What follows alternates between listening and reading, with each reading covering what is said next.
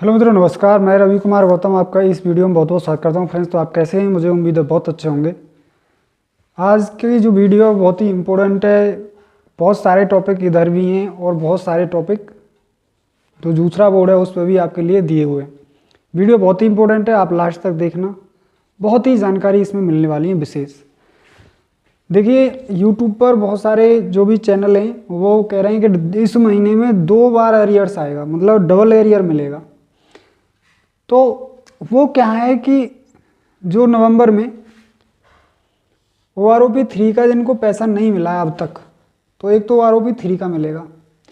दूसरा जो TR बढ़ा है ना 53%, तो उसका 3% का पैसा मिल रहा है। तो बहुत पेंशनर हैं जिनका कि पिछले महीने में OROP 3 का पैसा आ गया है, और बहुत ऐसे हैं जिनका नहीं आया, तो उनका इस महीने में आएगा। फिर यहाँ पर दूसरी खबर है कि 24x7 24x7 7 दिन और 24 घंटे आपके लिए एक नंबर जारी कर दिया गया है, हेल्पलाइन नंबर जारी कर दिया है, जो कि 155306 है, जो कि 155306 है।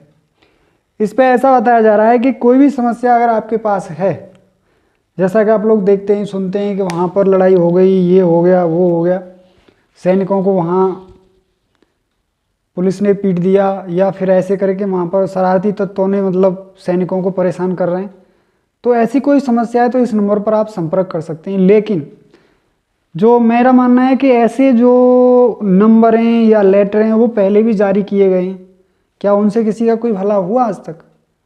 अब इसमें कुछ बातें हैं जो आप लोग को पढ़ो। क्या बातें हैं? जो भूमि विवाद होगा उसके लिए आप लोग कॉल नहीं करेंगे। इसके बाद में टोल का जो कोई मामला होगा तो आप उसके लिए कॉल नहीं करेंगे। वैवाहिक जीवन में कलेश होगी, कलह होगी, तो उसके लिए आप लोग कॉल नहीं करोगे। कोई आपका केस न्यायालय में चल रहा होगा तो उसके लिए आप यहाँ पर कोई शिकायत नहीं करोगे। और कोई छोटी मोटी बात होगी तो उसके लिए भी आप कोई बात नहीं करोगे। तो फिर एक बात मुझे ये पूछनी है कि इसमें बचा क्या? जीवन में यही तो सारी चीज़ होती है, और तो कोई परेशानी ऐसी क्या है? अब मान लीजिए किसी सैनिक का, पूर्व सैनिक का कहीं प्लॉट पड़ा है और उसको किसी शरारती तत्वों ने, भू माफियाओं ने घेर लिया है, तो उसके लिए कहाँ कॉल करेंगे फिर? हैं? वैवाहिक जीवन में किसी ने, पड़ोसी ने या किसी परिवार ने कुछ पैसे देके वहाँ पे परेशान कर दिया है, शिकायत कर दी है, मरवा दिया, मतलब मारने की तैयारी चल रही है, तो कहाँ शिकायत करेंगे?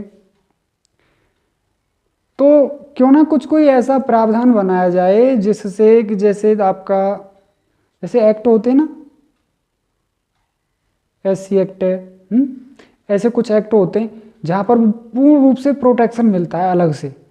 तो ऐसे ही कुछ ऐसा समाधान किया जाए सैनिकों के लिए कि आदमी उसको परेशान करने से पहले, सैनिक की कोई चीज़ को हड़पने से पहले सोचे, 100 बार सोचे कि ये फौजी हैं, फौजी साहब हैं। जिस तरीके से आप लोग रेस्पेक्टेबल वर्ड है ना, उसी तरीके से उसकी गरिमा को बनाए रखने के लिए कुछ ऐसा करो जिससे कि आदमी कुछ करने से, गलत काम करने से फौजी के साथ उसको सोचे। देखिए, जीवन प्रमाण पत्र जमा करने में असमर्थ पेंशनर के घर भी जाना पड़ेगा बैंक को। अगर कोई सैनिक हैं और वो किसी कारणवश बीमार हैं, घर पर अकेले रहते हैं, कोई उन्हें बैंक नहीं ले जा सकता, उनको मोबाइल चलाना नहीं आता है, तो इस हालत में बैंक उन्हें कॉल करके पूछेंगी कि क्या वजह है जिससे कि आपका जीवन प्रमाण पत्र जमा नहीं हुआ है। ये बहुत ही अच्छा कदम है। जो लोग जैसे जिनकी कोई सहायता करने वाला नहीं होता है, बेटा हैं, बेटी हैं, सेटल हो गए, अब वो अकेले बेचारे रह रहे हैं, तो अभी उनका कोई जीवन प्रमाण पत्र जमा करने वाला नहीं है, तो इस केस में क्या होता है कि पेंशन बंद हो जाती है। तो ऐसे ही कोई एक मामला आया है जिसमें उन्होंने कोर्ट में गुहार लगाई थी, तो करीब उनका जो है 1 साल का पेंशन भी विद ब्याज के उनको मिला है। और ये सख्त आदेश कर दिए हैं बैंकों को कि आप लोग जो भी प्रमाण पत्र भरने में सक्षम नहीं है, जो नहीं भरने आ रहे हैं, तो उनको आप लोग कॉल करके पूछो, जिससे कि वास्तव में मालूम पड़े कि परेशानी क्या है। ये बहुत अच्छी बात है। और देखिए, जीवन प्रमाण पत्र भरने से संबंधित आपके पास कोई भी प्रॉब्लम आ रही है तो आप लोग मुझे पूछिए, मैं ज़रूर ही आपकी मदद करूँगा। और मेरे, अगर तुम आसपास के हो, यहाँ के रहने वाले हो, तो हमारे पास बायोमेट्रिक मशीन है, तो उससे हम आपका निःशुल्क ही, फ्री में ही जीवन प्रमाण पत्र जमा कर देंगे। उसका कोई चार्ज नहीं लिया जाएगा और 2 मिनट का काम होता है। उसमें क्या है, आओ, अंगूठा लगाओ और बस भर गया। इसके लिए हम जो टाइम आपको दे रहे हैं वो 12 से 2 बजे तक के बीच का समय आप आइए। और एड्रेस तो चैनल से आपको मिल जाएगा, व्हाट्सअप नंबर भी मिल जाएगा, चैनल से आप लोग व्हाट्सअप नंबर ले लीजिए और संपर्क कर लीजिए।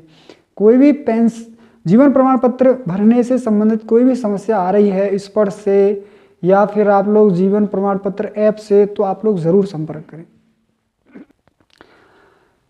सेना को मिलने वाला सामान बाजार में बेच दिया जाता है। जैसा कि आप लोग जानते हैं कि जब भी कैंटीन जाते हैं तो देखते हैं कि वहाँ पे कभी कोई सामान नहीं है, कभी कोई सामान नहीं है। तो ऐसे ही कोई मामला आया है, अब मैं यहाँ पर उसको ओपन तो नहीं करूँगा, लेकिन मामला आया है कि कैंटीन का सामान बाजार में बेचा जा रहा है। जब कैंटीन में वो गए तो वहाँ सामान नहीं था, लेकिन उसी सामान को लेने के लिए जब वो बाजार में गए तो COD लिखा हुआ था, उस पर नॉट फॉर सेल लिखा हुआ था और बाजार में उसको बेचा जा रहा था। तो देखिए, ये तो नहीं होना चाहिए। जो चीज़ जिसके लिए भेजी जा रही है उसका ही पूर्ति कर दो। वही पूर्ति नहीं हो रही है तो अगर नहीं पूर्ति हो रही तो इसका मतलब है वहाँ कुछ न कुछ घोटाला चल रहा है। क्योंकि जितने पेंशनर्स उस कैंटीन से सामान लेते हैं वहाँ पर उतनी उपलब्धता सामान की रहती है, क्योंकि उनको पता है कि कितने कार्ड कैंटीन से लगे हुए हैं और इतना सामान आना चाहिए, उसकी आपूर्ति करने के लिए सामान आ जाता है। अगर नहीं मिल रहा है तो उसमें कोई ना कोई प्रॉब्लम है। साइबर अपराधियों ने पूर्व सैनिक से 45 लाख ठगे। अब ये कैसे ठगे जाते हैं, कैसे ठगे जाते हैं? देखिए, जिस व्यक्ति को हम सामने से नहीं जानते, बिल्कुल जिसको हमने आमने सामने नहीं देखा है, जिससे हमारा परिचय नहीं है, वे अगर आपको कोई कॉल करके कह रहे हैं कि साहब आपका जीवन प्रमाण पत्र नहीं भरा है और मैं उस बैंक से बोल रहा हूँ, मुझको OTP दे दो, आपका जीवन प्रमाण पत्र भर जाएगा, तो ऐसा बिल्कुल नहीं करना है। बैंक भी अगर आएगी जीवन प्रमाण पत्र को भरने के लिए तो आपके घर आएगी, आपके यहाँ इंक्वायरी करने के लिए लोग आएंगे, वो आपका जीवन प्रमाण पत्र भरेंगे, या आप जीवन प्रमाण पत्र जमा करने के लिए उनके पास जाओगे।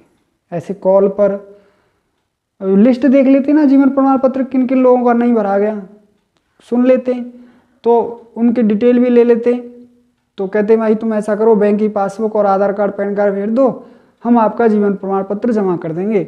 और वहाँ से OTP देते हैं, वो बैंक का OTP आता है, आप लोग OTP दे देते हो और खाली हो जाती है बैंक।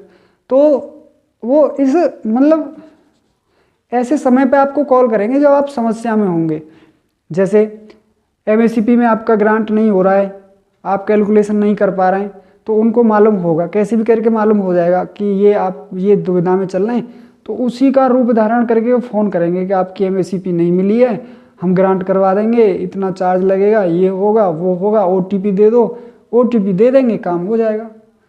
तो उसी समय पे जब आप समस्या में हो तब भी वे जो हैं क्राइम वाले, साइबर क्राइम वाले, वो आपको कांटेक्ट करते हैं जिससे कि आप उनके शिकार हो जाओ। तो हर परिस्थिति में आपको किसी भी इनडायरेक्ट रूप में या डायरेक्ट रूप में, या मतलब कहना चाहिए कि किसी भी झांसे में आके कभी किसी को OTP नहीं देना है। न किसी जो जैसे मैसेज में जो लिंक आती है और उसमें कोई ऑफर दे देते हैं कि आपको इतनी मिलेगी छूट, इतनी आप लो लोन पास, उस पर आपको क्लिक विलिक नहीं करनी है। क्लिक करके आपको उसको पेड नहीं करना है। वो रीडायरेक्ट अगर फ़ोनपे में हो रहा है, पेटीएम में हो रहा है लिंक, तो आपको वहाँ पर अपना पासवर्ड नहीं डालना है। ये सारी चीज़ अगर आप लोग करोगे ना तो कभी आपका कोई भी नुकसान नहीं कर सकता है। CP ग्राम्स का सहारा लें।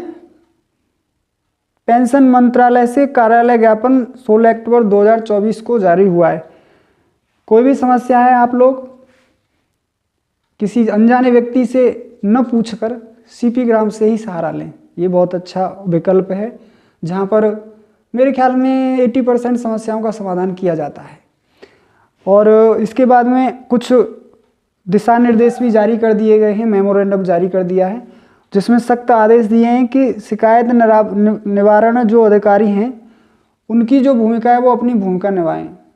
शिकायत निवारण जो अधिकारी हैं वो उनकी जो भूमिका उनको मिली हुई है वो उसको निभाएं, पूर्ण तरह से निभाएं, उसमें कोई भी कोताही ना बरतें, समय का दुरुपयोग ना करें और लेट लतीफ़ी ना करें। तो क्या दिशा निर्देश दिए हैं अधिकारियों को कि आपके डिपार्टमेंट का केस नहीं है तो उस विभाग को भेजो जिस विभाग का वो केस है। गलती से अगर पेंशनर ने किसी दूसरे विभाग में शिकायत कर दिया, उस विभाग का है नहीं, तो पहले क्या कहते थे, उसको केस को क्लोज कर देते थे। लेकिन अब क्या करना है, आप उसको फॉरवर्ड करो जहाँ का भी जिस डिपार्टमेंट का वो केस है। इसके बाद में जब तक अंतिम निर्णय परिणाम न आ जाए तब तक केस को बंद नहीं करना है, जब तक शिकायत को बंद नहीं करना है, आगे उसको फॉरवर्ड करते रहना है। फिर जो नोडल अधिकारी हैं उनको भी शिकायत मतलब कुछ दिशा निर्देश जारी किए हैं कि देखिए नोडल अधिकारी जो हैं वो हर महीने शिकायत की समीक्षा करेंगे। जब भी उन्हें समय मिलेगा कि किसी पेंशनर की शिकायत चल रही है तो वो कहाँ चल रही है, कहाँ तक पहुँची, कहाँ क्या उसका जो भी है मॉड्यूल है, शेड्यूल है, प्रोग्रेसिव मोड में है, कहाँ है, पेंडिंग है, तो वो भी देखते रहेंगे, हर महीने उसको चेक करेंगे, समीक्षा करेंगे सभी शिकायतों की। और 30 दिनों के अंदर शिकायत का निवारण होना चाहिए। पहले 45 दिन 60 दिन था, लेकिन अब यहाँ पर सख्त आदेश कर दिए हैं कि आपकी जो शिकायत है उसका निवारण 30 दिन के अंदर हो जाना चाहिए। तो फ्रेंड्स ये वीडियो आपको कैसी लगी, मिलता हूँ आपसे फिर अगली वीडियो में। तब तक के लिए जय हिंद, जय भारत, नमस्कार, वंदे मातरम।